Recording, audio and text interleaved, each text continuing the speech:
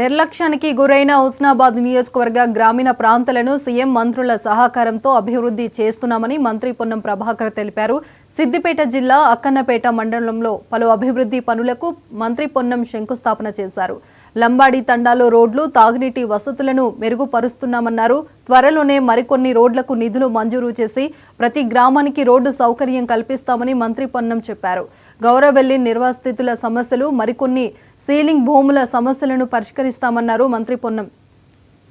చాలా కాలంగా నిర్లక్ష్యానికి గురైనటువంటి హుస్నాబాద్ గ్రామీణ ప్రాంత నియోజకవర్గానికి గౌరవ ముఖ్యమంత్రి గారి సహకారంతో, ఉప ముఖ్యమంత్రి గారి సహకారంతో, పంచాయతీరాజ్ శాఖ మంత్రి సహకారంతో గ్రామీణ ప్రాంత ముఖ్యంగా లంబాడి తండాల రోడ్లన్నీ పూర్తి చేసే ప్రక్రియలో భాగంగా నిన్న కోహెడ, చిగురుమామిడి, ఈరోజు అక్కన్నపేట, హుస్నాబాద్ మండలాల్లో కొన్ని శంకుస్థాపనలు చేసుకుంటా ఉన్నాం.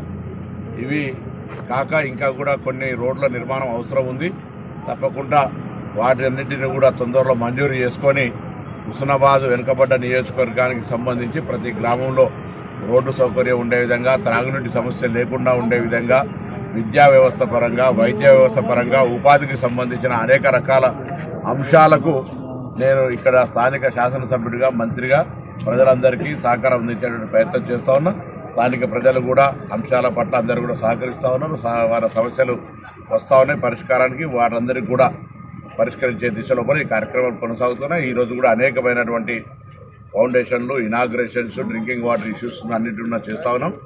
తొందరలోనే నియోజకవర్గ ప్రజలందరికీ కూడా రాష్ట్ర వ్యాప్తంగా ఇచ్చేటువంటి ఇందిరమ్మ ఇండ్లు కానీ, రేషన్ కార్డులు కానీ, ఉపాధి హామీ కూలీలకు ఇచ్చే ఇందిరమ్మ హస్తం కావచ్చు, రైతు భరోసా కావచ్చు, అవన్నీ కూడా సత్వరమే చేరే విధంగా అధికారులను ఇప్పటికే సమీక్ష చేయడం జరిగింది.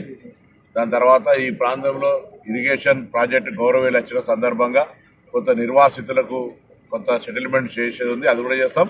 అదేవిధంగా ఈ ప్రాంతం అంతా కూడా కొంత నోటిఫికేషన్ సంబంధించిన సీలింగ్ ఇష్యూలో ఉంది. ఈ రెవెన్యూ మేళా పెట్టి అది కూడా పరిష్కారం చేసే విధంగా తీసుకుంటాం.